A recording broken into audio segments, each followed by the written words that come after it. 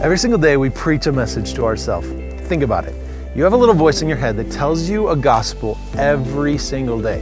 Now, it may not be the gospel. It might not be the truth about Jesus Christ, but it's some kind of truth telling you who you should be and how you should live, and more importantly, where you should find your security. You know, I've been thinking a lot about King David. He's my favorite character in all of the Bible. I love reading about him and his story. Here's a man that had all sorts of trials in his life. From the time he was young, he had a giant that wanted to kill him. He had another giant later in his life that wanted to kill him. His own son wanted to kill him. His adopted dad, Saul, wanted to kill him. This man had all sorts of problems, and yet he wrote this passage several times, this statement, especially here in Psalm 16, but other places as well. He said, "Preserve me, O God, for in you I take refuge."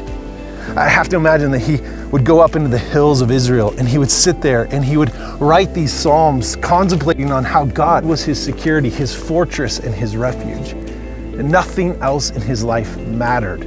No other thing brought him security except for God alone. Would that same thing be said of you?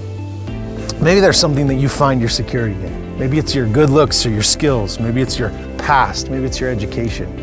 What is your fortress that you hide under, saying, well, this means the most to me, and so I will be secure here? And if it's not God, I'm telling you, it will crumble. David, he realized nothing would bring him security, not his battles, not his skills, not his armies. It was only his king. And so he can write things like this: God, you are my refuge. And then down in verse 6 of Psalm 16, he says, the lines for me have fallen in pleasant places. Indeed, I have a beautiful inheritance. Our inheritance is God alone. The beautiful places are God's presence. You see, the very thing that brings us security in this life isn't what we do. It isn't what we've accomplished, but it's who we're with, and that is God Almighty. My hope for you today is that you'll find your security and your refuge in God. That whatever it is you're finding dependence upon or safety in, that you'll push that aside and realize God is the only one worth hiding in every single day. So let him be your fortress today.